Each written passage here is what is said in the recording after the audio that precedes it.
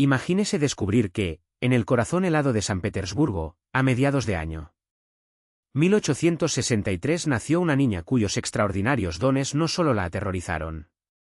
Eruditos de la Academia Imperial de Ciencias, así como el propio zar Alejandro II ordenó que se destruyeran todos los registros sobre ella para siempre. ¿Y si te dijera que, a pesar de toda la censura, quedan huellas de esta historia? Aún resisten la prueba del tiempo, escondidos en archivos que deberían haber sido sellados para ¿siempre? Era una fría mañana del 12 de febrero de ese año cuando, en una modesta casa del barrio Vasilievsky, el exfuncionario Iván Petrovich Ivanov y su esposa María Stepanovna dio la bienvenida a su hija Anna. Nada en el destino de esos padres. Humildes palabras sugirieron que aquel niño se convertiría en el centro de uno de los más sombras oscuras del Imperio ruso, un enigma tan inquietante que las autoridades prefirieron borrarlo de la historia. Los fragmentos supervivientes del libro de registros de la Catedral de Andrés revelan que el bautizo de Anna tuvo lugar al 8º día después de su nacimiento. Pero fue durante esta ceremonia sagrada que se manifestó el primer fenómeno inexplicable. Los testigos juraron que vieron las velas del altar apagarse instantáneamente. Momento en que el sacerdote sumergió al niño en el agua bendita, y luego reavivó tan pronto como lo sacó de la pila bautismal. Los fieles susurraron, atribuyéndose. El hecho era de mal augurio, pero el cura, nervioso, justificó todo como un simple corriente de aire. Pero ese día no había ninguna ventana abierta. La confesión es de diácono Pavel Nikiforovich Voskresensky, grabado 4 años más tarde ante un comisión secreta de investigación. Los primeros 3 años de la vida de Anna transcurrieron sin mayores incidentes. La familia vivía con sencillez, el padre trabajaba como pequeño burócrata en el Departamento de Propiedades del Estado, la madre se hacía cargo de la casa y de la educación de la hija y una niñera anciana, Agafia Timofeyevna, una antigua sirvienta que se quedó con ellos. Después de la abolición de la servidumbre, se completó la casa. De hecho, fue ella quien se dio cuenta por primera vez que había algo diferente en esa chica. Anna era una niña tranquila, casi nunca lloraba, ni siquiera cuando estaba enferma. Sus ojos, sin embargo, revelaban una seriedad inusual para su edad, como si entender mucho más de lo que un niño debería entender. A los 3 años de edad, los fenómenos comenzó. Una tarde, mientras Agafia tejía y la niña jugaba con un muñeca, el juguete simplemente se elevó en el aire, sin que nadie lo tocara. La niñera se santiguó pensando que era una alucinación, pero Anna se rió y dijo, «Mira. Abuela, Masenka está volando». Desde entonces, Agafia comenzó a notar que los objetos en la habitación se movían solos, sobre todo cuando la niña dormía. Quería alertar al jefes, pero el miedo a ser considerada loca la silenció. A los 4 años, los poderes de Anna ya no podían ser ignorados. En un entrada de 3 de mayo de 1867, encontrada durante un registro en su residencia, Iván Petrovich describió un episodio que lo dejó estupefacto. Durante la cena, su hija pidió pan, y la cesta que estaba sobre el aparador se deslizó hasta la mesa como si hubiera sido propia vida. Su esposa, María Stepanovna, una mujer profundamente religiosa, intentó explicar lo sucedido con oraciones y rituales, pero incluso el padre Nikolai, inicialmente escéptico, vio su fe sacudida cuando, durante una visita, Anna señaló un icono de Cristo y preguntó, «Padre, ¿por qué llora Jesús?». Al darse la vuelta, el sacerdote vio lágrimas corriendo por el santo rostro, lágrimas que desaparecieron tan pronto como se acercó. «Lo vi con mis propios ojos», juraría más tarde. Testimonio. Pero el secreto no se podía guardar para siempre. A los 5 años, Anna no solo movía objetos con la mente y también parecía prever el futuro. En diciembre de 1868, Iván registró en su diario que su hija predijo la muerte de su abuela y un incendio en el barrio días antes de que ocurrieran los hechos. «Estas no son coincidencias», escribió. Desesperado. Hay algo en ella que desafía toda lógica. Los rumores se difundieron. Algunos vieron un don divino, otros, una influencia maligna. En 1869, a la edad de 6 años, Anna llamó la atención de un gran nombre de la ciencia, Iván Mikhailovich Sechenov, renombrado fisiólogo de la Academia Imperial de Medicina y Cirugía. Intrigada, la maestra obtuvo permiso de sus padres para estudiarla. Los registros son sorprendentes. En un experimento, la niña movió un vaso de vidrio. 45 centímetros de distancia con solo la fuerza del pensamiento, repitiendo la hazaña 7 veces seguidas, sin ningún truco. En otra prueba, adivinó el contenido de 6 cajas selladas de cada 10 presentadas, una probabilidad estadísticamente significativa. Imposible. Sechenov, un materialista convencido, intentó explicar el fenómeno como una forma desconocida de energía electromagnética emitida por el cerebro del niño. Para probar su teoría, incluso construyó un dispositivo especial, pero los resultados, bueno, estos nunca se harían públicos.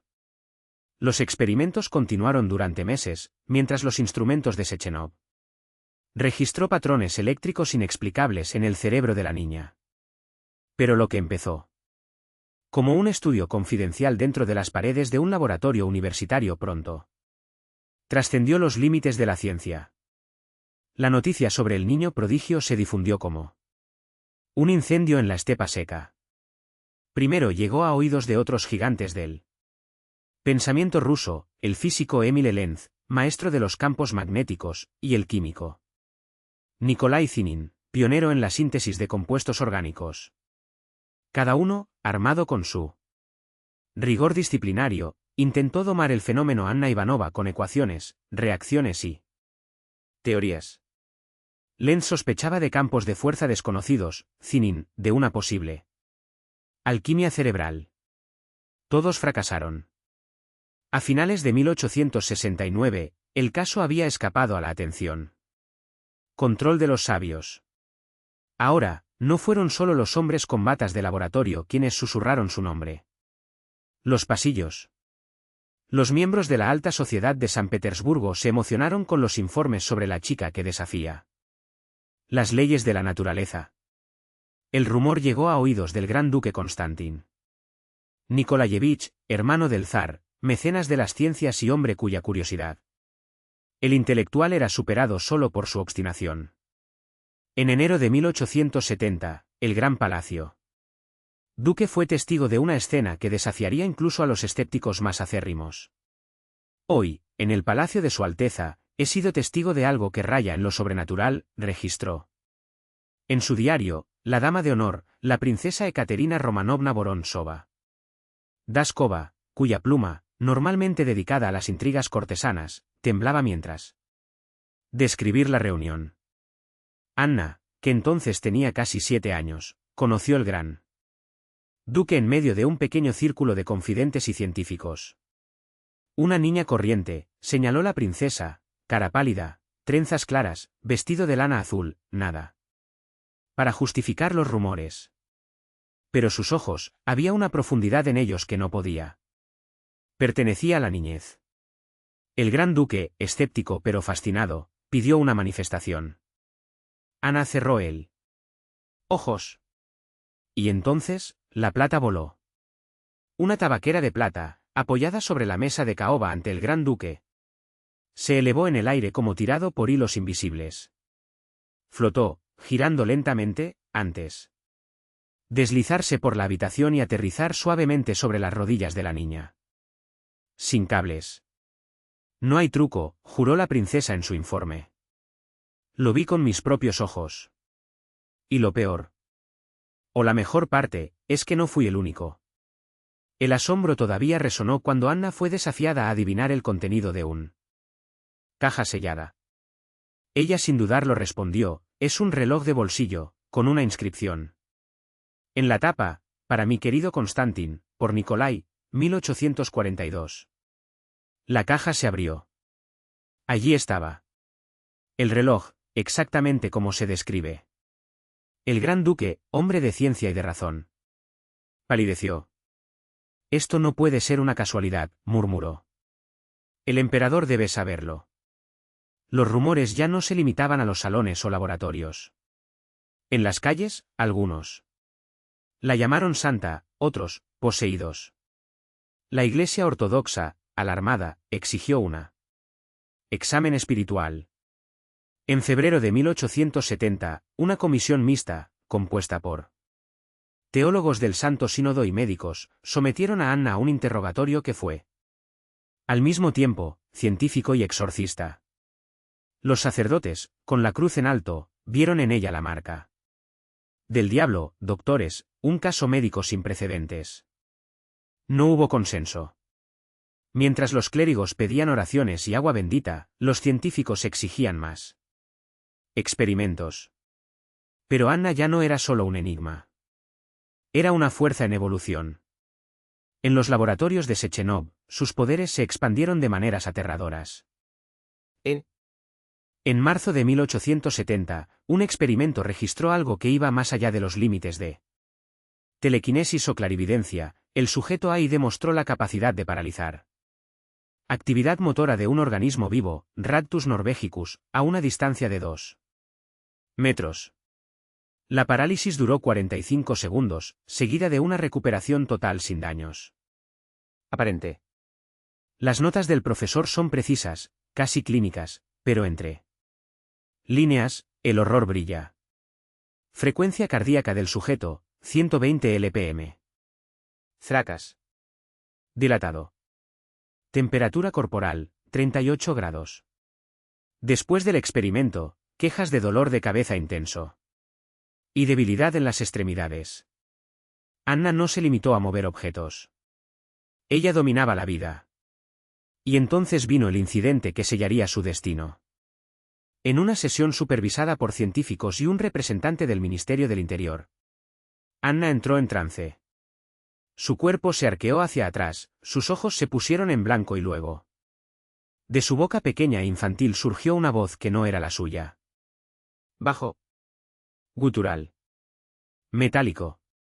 Habló en un idioma que ninguno de los presentes reconoció, hasta que los lingüistas de la Universidad de San Petersburgo lo identificaron como una mezcla arcaico de los dialectos finno-ugrios precristianos y del antiguo eslavo eclesiástico. Nunca olvidaré el terror que se apoderó de la habitación, escribió el asistente Sechenov, Alexei Petrov, en su informe. Ella ya no era Anna. Era como si algo antiguo, algo que no pertenecía a este mundo, habló a través de ella. Y lo peor, esto. Algo sabía cosas. El funcionario del Ministerio del Interior presente en el lugar no perdió el tiempo. El informe llegó al ministro en cuestión de horas. En 48 horas, el zar Alejandro II fue informado. La respuesta del imperio fue rápida y brutal. En las primeras horas del 7 de abril de 1870, agentes del tercer departamento, la policía, el secreto del zar, irrumpió en el apartamento de los Ivanov. Anna y sus padres estaban llevado por la fuerza a una lúgubre mansión a orillas del río Fontanka, sede de operaciones. Aspectos más oscuros del régimen. Allí, el coronel Alexei Orlov, un veterano de las investigaciones más sensible del imperio, se hizo cargo del caso. Los interrogatorios duraron días. Los padres fueron examinados, el padre, un burócrata de bajo rango, leales a la corona, su madre, una mujer piadosa de origen mercantil. Vecinos, parientes, el cura local, todos confirmaron la misma historia, los poderes de Anna se había manifestado a la edad de 3 años, creciendo en intensidad. Pero fue el expediente científico que le heló la sangre a Orlov. Telequinesis documentada. Clarividencia. Probado. Control sobre los seres vivos. Y ahora, una entidad que habló a través de ella, una entidad que, según los lingüistas, invocaba fórmulas de evocación paganas. Similar a los rituales chamánicos del lejano norte. Anna, durante los interrogatorios, mantuvo una calma inquietante. No sé cómo hago estas cosas, repitió. A veces alguien viene a mi cabeza y habla por mí. Cuando se le preguntó quién era ese alguien, su respuesta fue sencilla: él es muy viejo. Vivió antes de Cristo. Orlov no era un hombre de supersticiones. Pero tampoco era tonto. En su informe al jefe de la gendarmería, el conde Piotr Suvalov, fue directo, dado el potencial de desestabilización, ya sea por motivos religiosos, científicos o de otro tipo. Peor aún, por fuerzas enemigas del Estado, recomiendo el traslado inmediato del tema a instalaciones controladas, bajo vigilancia permanente. La autorización llegó en horas. Anna Ivanova desapareció del mundo. Oficialmente, fue admitida en una sala especial en Obukovskaya Bolnitsa, una hospital psiquiátrico. En realidad, estaba encerrada en un laboratorio secreto, financiado por la corona, donde las mejores mentes del imperio, y algunas de las más oscuro, se dedicarían a revelar o explorar sus poderes. Tus padres recibieron una fortuna en rojo, y una orden silenciosa: olvida que tuviste una hija. O tú también serás olvidado. Dejó escapar una risa que resonó a través de las paredes como el crujido de una puerta. Oxidado. No fue la risa de un niño. Era el sonido de algo viejo, algo que había esperó siglos para ser escuchado nuevamente. Aún no lo entiendes, ¿verdad? La voz salió de sus labios, pero no pertenecía a ella. Era bajo, modulado, como si varias gargantas hablaran al mismo tiempo. Tiempo. Esto no es un foco. Es una advertencia. Las manos de Anna, o lo que sea que la controlara en ese momento, trazaron un gesto en el aire.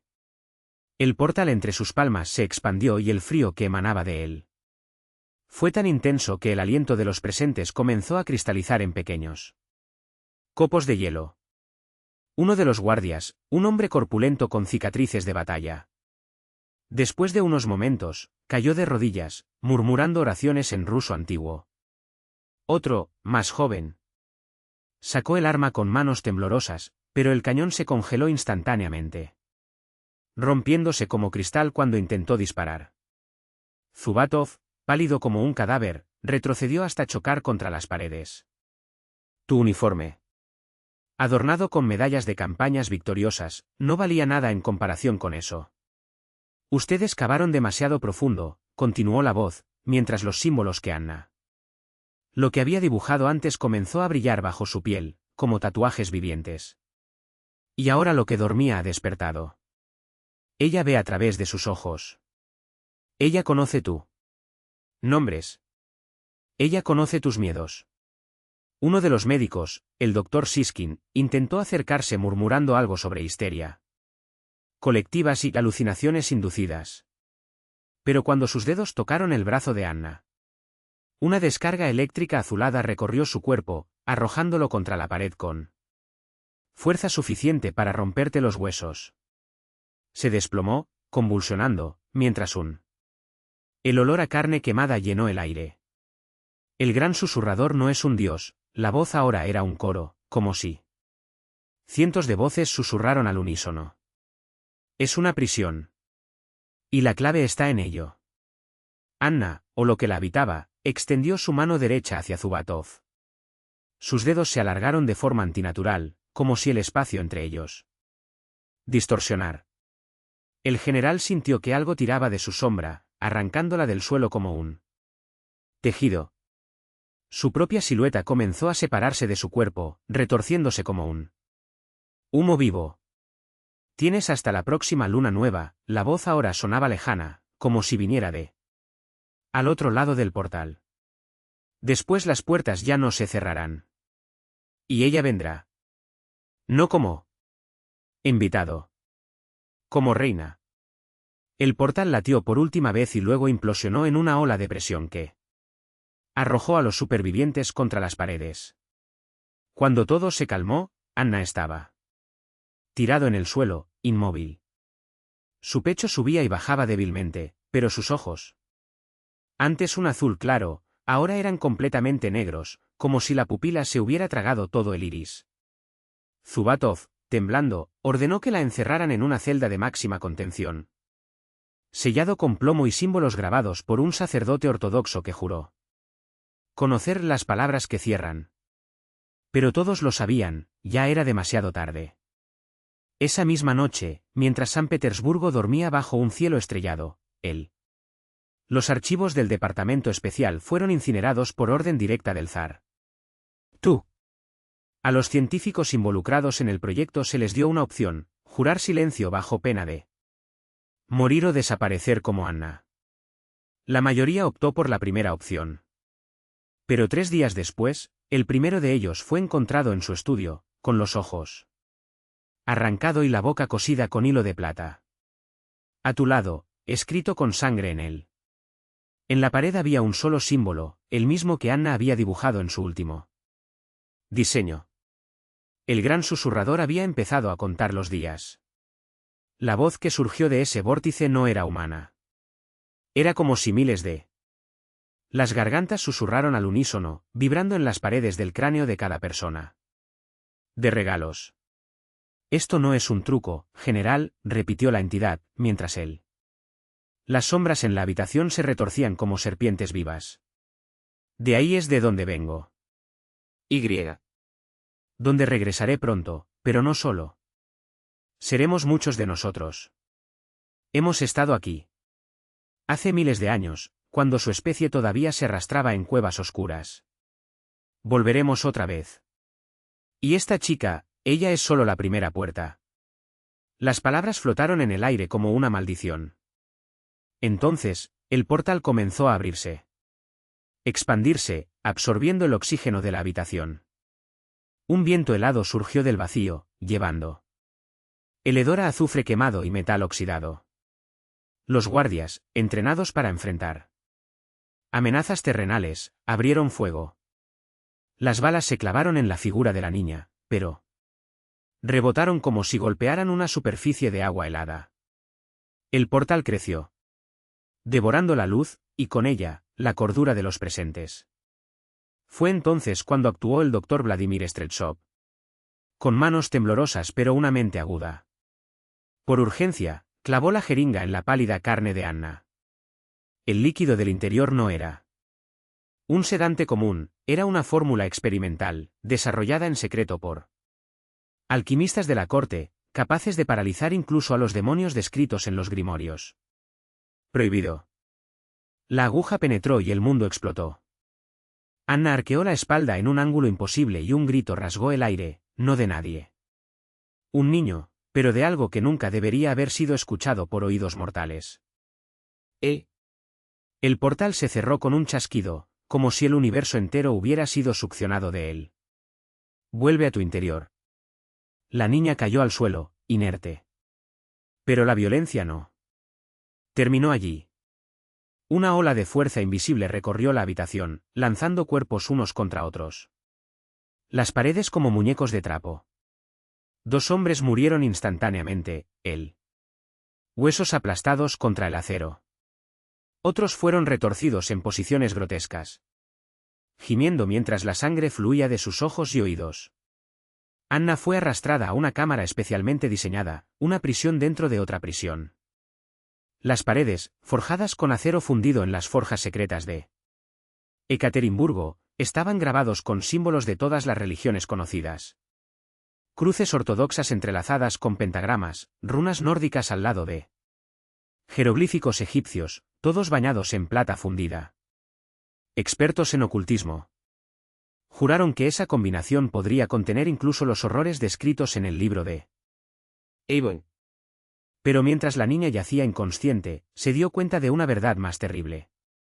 Se quedó en el corazón de quienes la contemplaban: esto no era una niña. Una llave. Y algo del otro lado estaba girando la cerradura.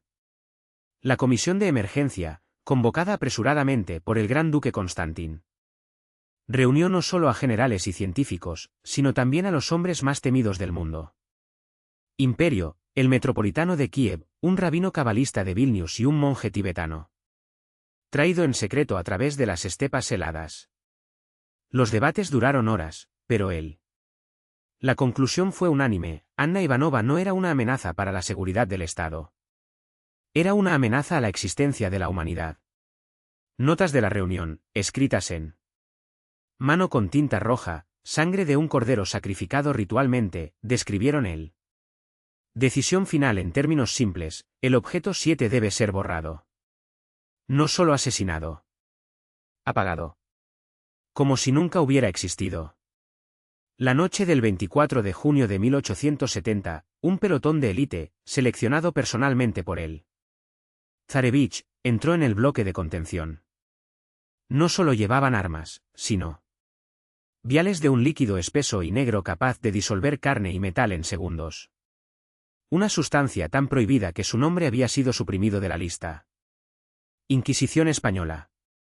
Los soldados avanzaban en formación, con cruces de plata, adheridos a uniformes y amuletos de huesos de santo cosidos debajo de las camisas.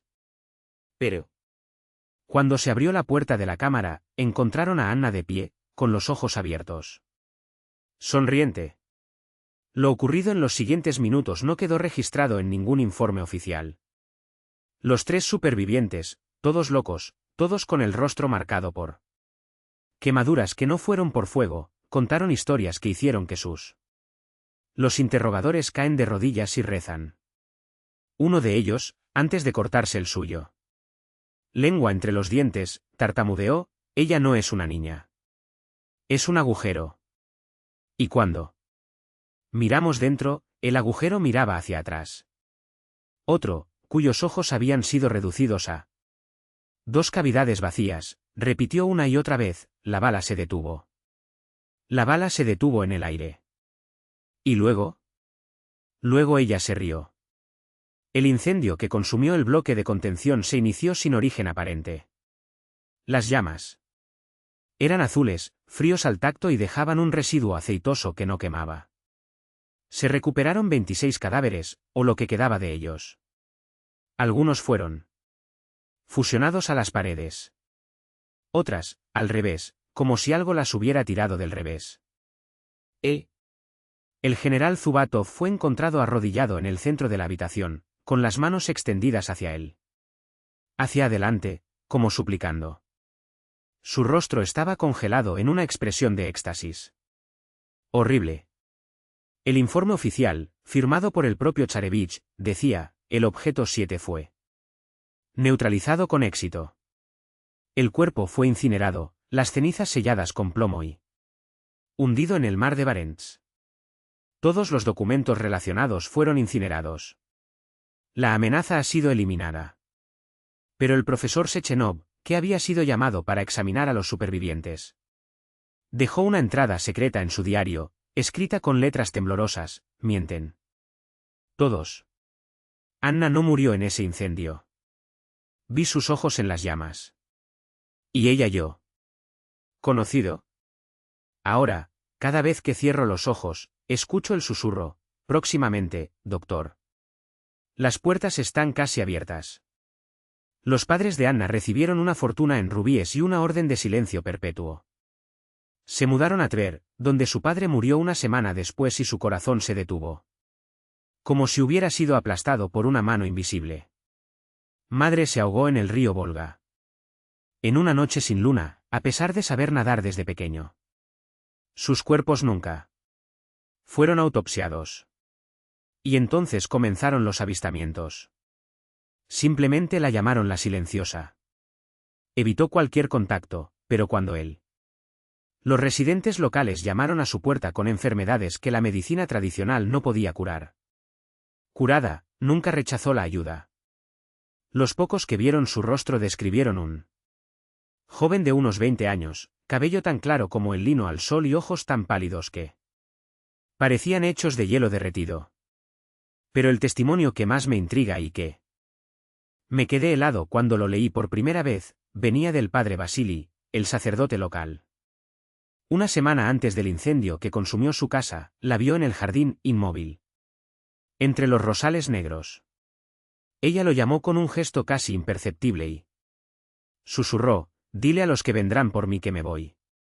Pero volveré cuando las estrellas se alinean en el patrón correcto. Entonces las puertas se abrirán de par en par. El sacerdote no entendió las palabras, pero lo persiguieron hasta su muerte.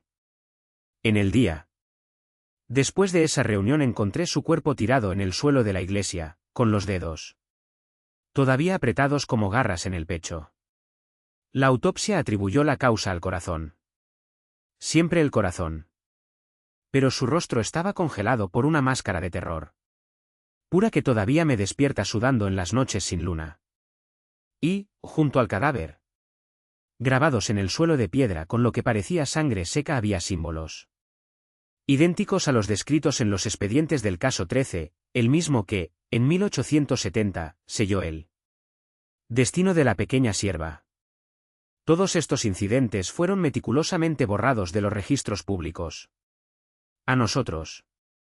Archivos secretos del tercer departamento y más tarde de la Ocrana, fueron clasificados bajo un único código siniestro, Dossier 13 del niño susurrante.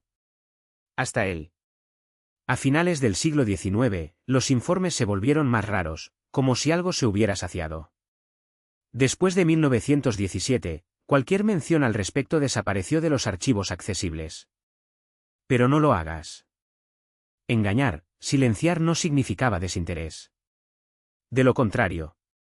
En los años 1990, los historiadores buscaban en los sótanos del VCHK, el temido la Comisión Extraordinaria de Lenin, se descubrieron referencias a un departamento ultramoderno secreto dedicado al estudio de los fenómenos anómalos. Un documento de 1921. Amarillento por el tiempo y el miedo, describía un objeto de especial interés. Una mujer de unos 30 años, capaz de mover objetos con la mente y leer pensamientos como si fueran palabras gritadas. Su nombre no fue mencionado, pero una nota marginal escrita apresuradamente lo decía todo, posible conexión con el caso 13 de la era zarista. ¿Qué pasó con ella? Nadie lo sabe. Registros del departamento. Terminar abruptamente en 1923, cuando Dzerzhinsky, el propio Ferro Félix, ordenó su desmantelamiento personal. Ninguna justificación. Ninguna explicación. Solo él. Olor a azufre flotando sobre las páginas. En la era soviética, cualquier investigación sobre lo paranormal se clasificaba como secreto de Estado o declarado pseudociencia burguesa y prohibido. Las sombras no se pueden borrar tan fácilmente. En las décadas de 1960 y 1970, en el apogeo de Guerra Fría, cuando los estadounidenses admitieron públicamente sus experimentos con visualización remota y control mental, el Kremlin ha reabierto la caja de Pandora. En 1966. Bajo tierra en una instalación cerca de Moscú conocida solo como Objeto 110, una mujer identificada como sujeto A fue sometida a pruebas que desafiaron no solo la ciencia, sino la realidad misma. Los informes del profesor Kai Platonov, director del proyecto, son una pesadilla sobre el papel. El sujeto A demuestra una capacidad constante para manipular la materia a distancia.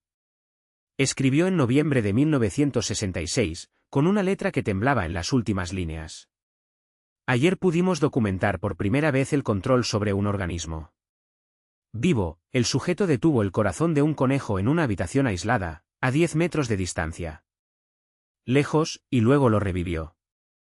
Sus signos vitales se mantuvieron estables durante todo el proceso.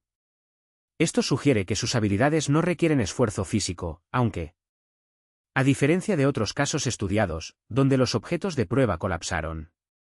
Agotamiento. Pero lo que verdaderamente aterrorizaba a Platonov eran las desviaciones. 3 noches. Una y otra vez, los guardias reportaron sonidos provenientes de la celda del sujeto A, voces que no eran suyos, susurros en un idioma que nadie reconocía. Cuando se le preguntó, la mujer simplemente sonrió y respondió, no soy yo. Él es quien habla a través de mí. Y. Entonces comenzaron los símbolos. Dibujos obsesivos, rayados en las paredes con él. Clavos o con la propia sangre, runas antiguas, idénticas a las que se encuentran en los rituales chamánicos de los pueblos finnourios.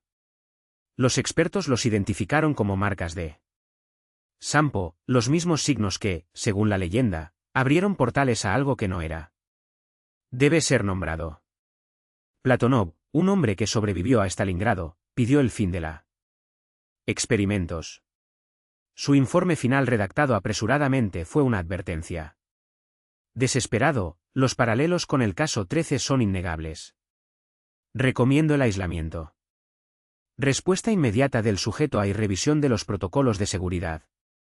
El riesgo no es la pérdida de vidas, sino algo mucho peor, la pérdida de control sobre lo que ya puede estar aquí. Sus superiores ignoraron la advertencia.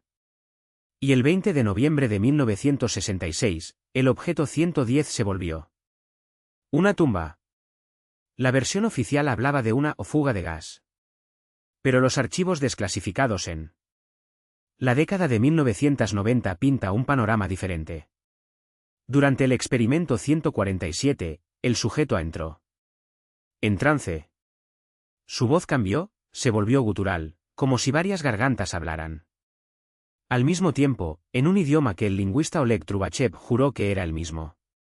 De los registros del caso 13, un dialecto finno-ugrio extinto, mezclado con algo que no pertenece a este mundo. Luego, la temperatura en la habitación cayó a menos 40 grados. El equipo se encendía y apagaba solo.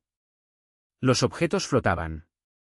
Y el sujeto A se elevó en el aire, suspendido como una marioneta cortada de sus hilos, mientras un resplandor cegador brotó de sus ojos, oídos y boca. Platonov intentó abortar la prueba. Presionó el botón de emergencia. Fue el último gesto de su vida. Una ola de energía desconocida recorrió la habitación. 7 personas murieron. Instantáneamente, sus cuerpos explotaron, como si algo los hubiera destrozado. De adentro hacia afuera. Los supervivientes describieron el sonido como un grito que no fue humano, pero dolía como si fuera. Cuando llegó el equipo de respuesta, 12 minutos después, el objeto 110 quedó reducido a escombros, como si hubieran estallado una bomba. La precisión quirúrgica había detonado en su núcleo. Del sujeto A, no hay rastros. El proyecto ha sido cerrado. Los expedientes, sellados con la clasificación Top Secret. Importancia especial. Pero la URSS no abandonaría tan fácilmente tal arma. Poderoso.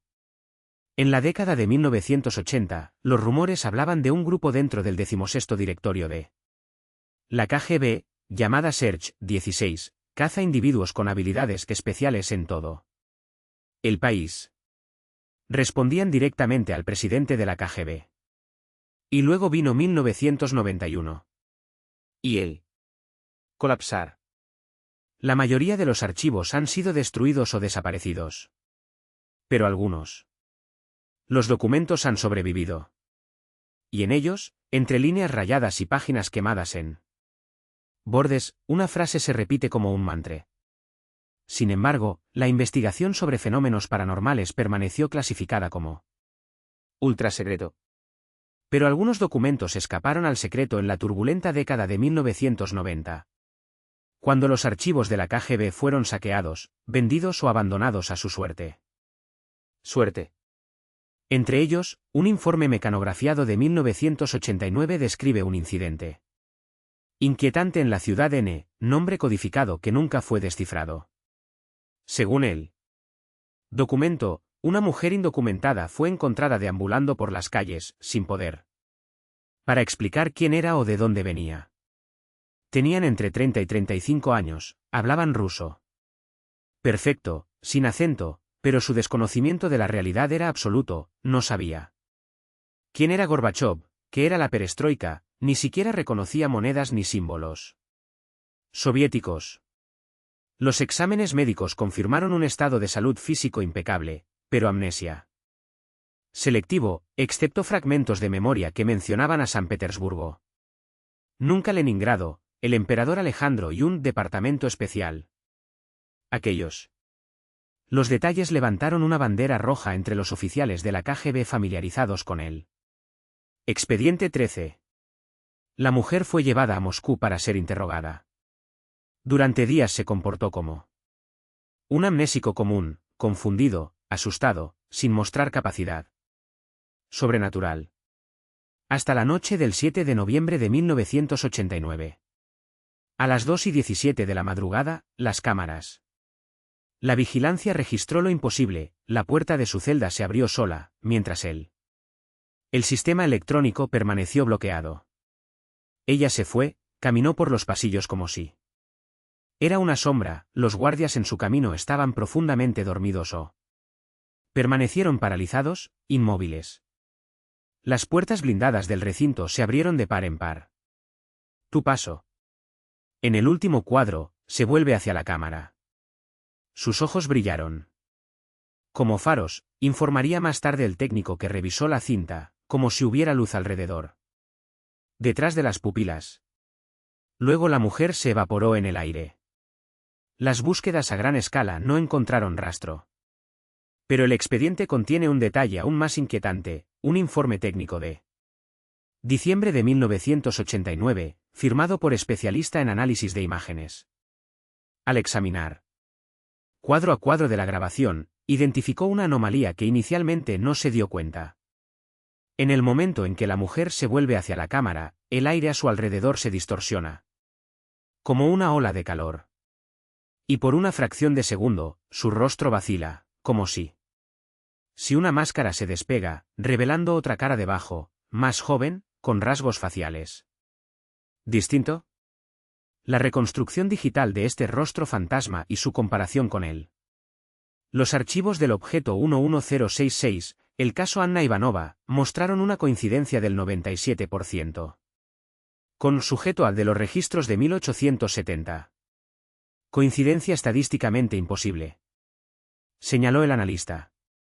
Se recomienda una investigación inmediata bajo los protocolos de seguridad. Máximo. Oficialmente, todo terminó con el colapso de la URSS. Pero las coincidencias no cesan. Alrededor. En la década de 2000, la Rusia postsoviética comenzó a registrar fenómenos que se hacían eco. El pasado de una manera aterradora. En el año 2000, en la pequeña ciudad de Sortavala, en Karelia, el cielo nocturno se iluminó como si fuera de día, sin tormentas, sin auroras, sin explicación. Los testigos juraron haber visto un desgarro en el aire, una ventana.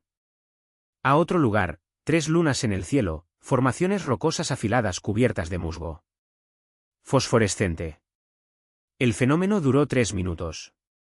Las autoridades lo atribuyeron a un raro refracción atmosférica, pero científicos independientes notaron la similitud con informes del portal de Anna Ivanova en 1870.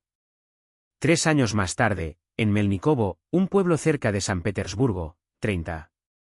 La gente vio al mismo tiempo a una mujer con ropa del siglo XIX caminando por la calle principal. Ella no proyecta ninguna sombra. Brillaba como una imagen defectuosa. Dijo un residente. Cuando el policía local intentó acercarse a ella, ella desapareció en el aire. Delante de todos. En 2005, San Petersburgo se convirtió en el epicentro de acontecimientos inexplicables. Una mujer joven. Comenzaron a aparecer cerca de edificios históricos, dejando símbolos en las paredes. Luminoso, idéntico a los dibujos que la pequeña Anna Ivanova hizo en 1863.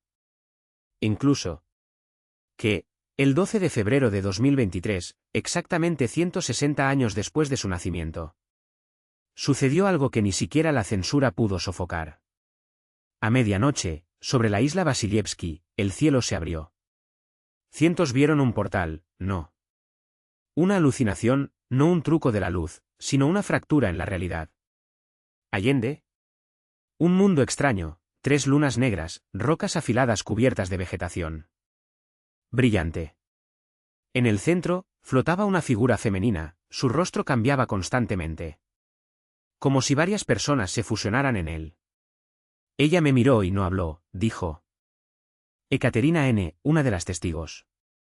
Pero escuché tu voz dentro de mi cabeza, no. Es para los oídos, es para la mente. Diles, se acabó el tiempo. Los portales son abiertos. Los grandes susurradores regresan a casa. El fenómeno duró 15 minutos. Antes de cerrar, algunos juraron haber visto siluetas cruzando la frontera entre mundos. Las autoridades no lograron ocultar los cientos de vídeos grabados con teléfonos móviles. La versión oficial. Alucinación colectiva causada por un gas industrial. Pero ningún gas explica los objetos que se mueven por sí mismos. Desde entonces, los niños que de repente dicen cosas al unísono que no deberían. Sabemos, o los cortes en el tiempo donde la gente ve escenas del pasado o del futuro. Y luego, en mayo de 2023, el archivo del FSB recibió un paquete no registrado. En el interior, documentos fechados en 1870, como si hubieran sido depositados allí durante la noche anterior. Entre ellos, una nota escrita con letra infantil. Mi nombre es Anna Ivanova. Si estás leyendo esto es porque he vuelto. Pero no estoy solo. Ahora somos muchos. Los portales están abiertos. La gran obra continúa. Metro.